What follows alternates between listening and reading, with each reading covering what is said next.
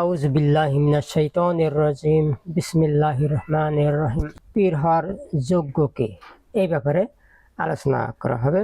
তা পীর মুরিদি আসলে একটা বিদআতি আকীদা, এটা কোনো প্রয়োজন নেই। তবু যারা পীরবন্দি করেন তাদেরকে আমি বলবো যে পীর বলতে কেউ যদি আল্লাহর ওলিকে বোঝায় তাহলে আল্লাহর ওলিকেই পীর বলতে হবে। আর আল্লাহর ওলিকে এই কথা কোরআনের আলোকেই এটা আমাদেরকে বুঝতে হবে। দেখেন,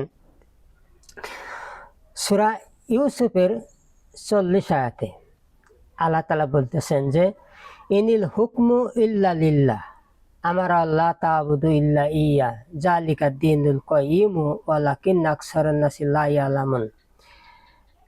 আল্লাহ ছাড়া আর কোনো হুকুমের মালিক নেই। তিনি আদেশ করেছেন যে তোমরা ইবাদত করবে না শুধুমাত্র তাকে ছাড়া, কারণ এটাই দীনুল কাইয়্যিমা অর্থাৎ দিন ইসলাম। ওয়ালাকিন্না আকসারান নাসি লা ইয়ালামুন, কিন্তু বেশিরভাগ মানুষ এটা জানে না। তাহলে এখান থেকে একটা পরিষ্কার দলিল আমরা পাচ্ছি, তা হলো যে ইনিল হুকমু ইল্লা লিল্লাহ, আল্লাহ ছাড়া আর কোনো হুকুমের মালিক নাই। হুকুমের মালিক মানে সার্বভৌম ক্ষমতার মালিক, রাজত্ব কর্তৃত্বের মালিক। তাহলে আল্লাহ ছাড়া আর কোনো রাজা নাই, বাদশা নাই, আইনদাতা নাই। তিনি আদেশ করেছেন যে তাকে ছাড়া অর্থাৎ একমাত্র আল্লাহ ছাড়া আর কারো ইবাদত করা যাবে না। তার ইবাদত কি? ইবাদত হলো গোলামি করা, দাসত্ব করা। আর গোলামি করার অর্থ হলো যে কারো হুকুম মেনে চলতে বাধ্য থাকা।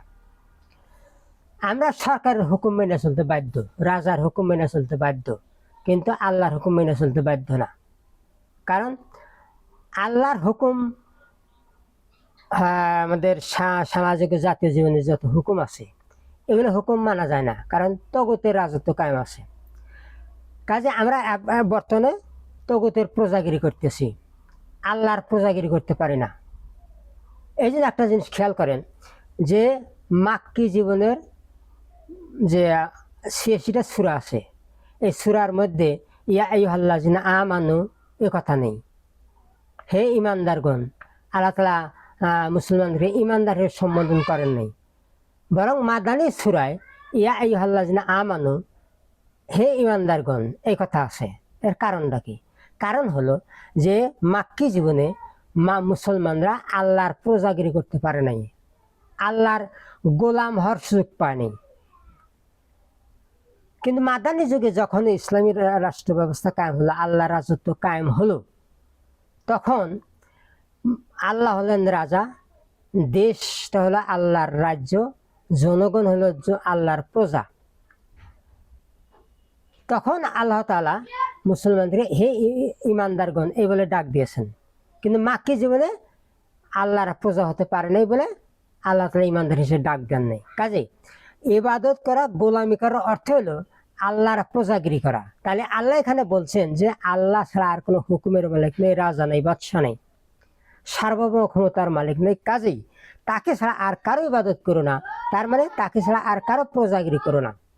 তার মানে এখানে পরিষ্কার অর্থ হলো যে আল্লাহকে একমাত্র রাজা হিসেবে মেনে নিয়ে তার প্রজাগিরি করা, এর নাম হলো দিন ইসলাম, দিনুল কাইয়্যিমা, দিন ইসলাম।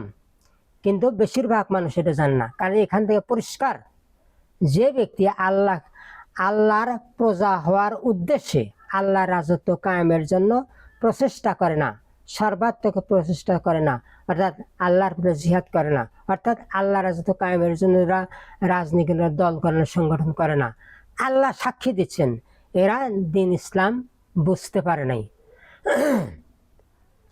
আপনার সূরা বাকারার 13 নম্বর আয়াতে আল্লাহ তাআলা বলছেন যে ওয়া ইজা কিলা লাহুম আমিনু কামা আমানান নাস, তোমরা যখন তাদেরকে বলা হয় যে তোমরা ঈমান আনো মানুষ যেভাবে ঈমান এনেছে, কলু তখন তারা বলে আনু মিনু কামা আমানা সুফাহা, আমরা কি ঈমান আনবো নির্বোধদের মতো? আলা ইন্নাহুম হুমুস সুফাহাউ ওয়ালাকিন লা ইয়ালামুন, আল্লাহ বলছেন যে জেনে রেখো আসলে এই লোকগুলোই নির্বোধ, কিন্তু এটা বোঝার মতো জ্ঞান তাদের নেই। তাহলে এখানে আল্লাহ তাআলা পরিষ্কার বুঝাচ্ছেন কথা যে দিন ইসলামকে বিজয়ী করার জন্য, দিন ইসলামকে ইসলামী হুকুমত কায়েমের জন্য চেষ্টা করতে গেলে বাধা আছে, বাতিল শক্তির হাতে মানে মার খাওয়ার ভয় আছে, জানমালের ভয় আছে, জেল জরিমানার ভয় আছে। কাজে এটা মুনাফিকরা একটা বোকামি মনে করে, এরা এটাকে নির্বোধের কাজ মনে করে। কিন্তু আল্লাহ তাআলা বলতেছেন যা আসলে ওরাই নির্বোধ। ইসলামকে বিজয়ী করার জন্য, ইসলাম হুকুমত কায়েমের জন্য যারা চেষ্টা করে না, আল্লাহ এখানে বলছেন যে এরা নির্বোধ, এরা দিন সম্পর্কে কিছুই বোঝে না। আবার দেখেন সূরা সফের মধ্যে প্রথমে আল্লাহ তাআলা বলছেন যে হুয়াল্লাযী আরসালা রাসূলাহু বিল হুদা ওয়া দীনিল হাক্কি লিইয়ুযহিরাহু আলা দীনি কুল্লিহি ওয়ালাউ কারিহাল মুশরিকুন। তিনি সেই মহান সত্তা যিনি সত্য দিন সহকারে তার রাসূলকে দুনিয়াতে পাঠিয়েছেন এই দিন ইসলামকে বিজয়ী করার জন্য। ওয়ালাউ কারিহাল মুশরিকুন, যদি মুশরিক এটা পছন্দ করবে না। এরপরে দিন ইসলামকে বিজয়ী করা বা ইসলাম হুকুমত কায়েমের জন্য, আর এখানে পরিষ্কার যে আল্লাহ তাআলা রাসূলকে যে দুনিয়াতে পাঠিয়েছেন তার মূল উদ্দেশ্য হলো দিনকে বিজয়ী করা, ইসলাম হুকুমত কায়েম করা। এটা হলো রাসূলের জীবনের উদ্দেশ্য। কাজে রাসূলের জীবনের উদ্দেশ্য যে ব্যক্তি নিজের জীবনের উদ্দেশ্য হিসেবে গ্রহণ করে নাই, সে ব্যক্তি কখনো ইমানদার হতে পারে না, সে ব্যক্তি কখনো ওলি আল্লাহ হতে পারে না। তাকে আপনি কি করে পীর বলেন? বরং আল্লাহ তাআলা বলছে ওয়ালাউ কারিহাল মুশরিকুন, অর্থাৎ যারা এই দিন ইসলামকে বিজয়ী করার কাজকে যারা পছন্দ করে না তারা হলো মুশরিক, অর্থাৎ যারা শিরকের মধ্যে। তার মানে যে দিন ইসলামকে বিজয়ী করার জন্য যারা পছন্দ করে না তারা মানব রচিত আইনকে পছন্দ করে। আর মানব রচিত আইন বা মানুষকে রাজা মানা, আইনদাতা মানা, এটা পরিষ্কার শিরক। এই জন্য আল্লাহ তাআলা বলছেন যে এরা মুশরিক। এরপরে এই মুশরিক তারা জাহান্নামে যাবে, তাহলে এই জাহান্নাম থেকে বাঁচার উপায় কি? আল্লাহ তাআলা বলেছেন যে ইয়া আইয়ুহাল্লাযিনা আমানু হাল আদুল্লুকুম আলা তিজারাতিন তুনজিকুম মিন আযাবিন আলিম। হে ইমানদারগণ, আমি কি তোমাদেরকে একটা ব্যবসার কথা বলে দেব না যা তোমাদেরকে জাহান্নামের কঠিন আযাব থেকে রক্ষা করবে? আল্লাহ তাআলা তার জবাব দিয়েছেন তুমিনুনা বিল্লাহি ওয়া রাসূলিহি ওয়া তুজাহিদুনা ফি সাবিলিল্লাহি বিআমওয়ালিকুম ওয়া আনফুসিকুম জালিকুম খায়রুল লাকুম ইন কুনতুম তা'লামুন। আল্লাহ তাআলা বলতেছেন যে তোমরা ঈমান আনো আল্লাহর প্রতি, রাসূলের প্রতি, অর্থাৎ লা ইলাহা ইল্লাল্লাহ মুহাম্মাদুর রাসূলুল্লাহ এই কালেমা কবুল করো একিন দিলে। এই একিন দিলে কালেমা কবুল করার পরে তার দায়িত্ব কি? তোমরা তোমাদের জান আর মাল দিয়ে আল্লাহর প্রতি জিহাদ করো। এটাই তোমাদের জন্য কল্যাণের পন্থা যদি তোমরা বোঝো। তাহলে এখান থেকে পরিষ্কার যে রাসূলকে যে কাজের জন্য মানুষকে দুনিয়াতে আল্লাহ তাআলা পাঠিয়েছেন সেটা হলো দিন ইসলামকে বিজয়ী করা। আর এই দিন ইসলামকে বিজয়ী করার কাজটাই হইতেছে অর্থাৎ আল্লাহর পথে জিহাদ করা বা ইসলামী হুকুমত কায়েমের জন্য দল করার, সংগঠন করা, রাজনীতি করা। এটা হচ্ছে জাহান্নামের কঠিন আযাব থেকে রক্ষা পাওয়ার একমাত্র উপায়, যে কথা আল্লাহ পরিষ্কারভাবে এই আয়াতের মধ্যে বলছেন। এরপরে বলছেন যে এই ব্যবসাটা হলো তোমাদের জান আর মাল দিয়ে আল্লাহর পথে জিহাদ করো, এটি তোমাদের জন্য কল্যাণের পন্থা যদি তোমরা বোঝো।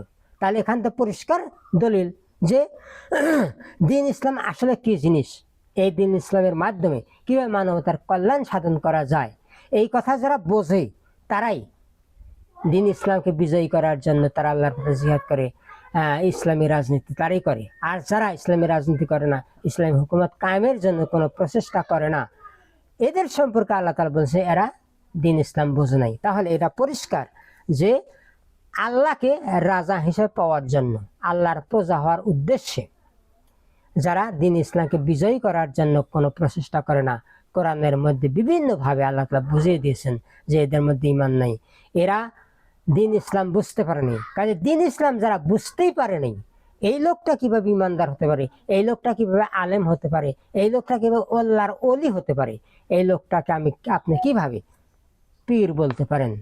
কাজেই কোনো ধোকার বা ষড়যন্ত্রের ফাঁদে পা না দিয়ে কোরআনের আলোকে যে ব্যক্তি আল্লাহর ওলি, ঠিক সেই ব্যক্তিকে আপনি আল্লাহর ওলি হিসেবে গ্রহণ করতে পারেন।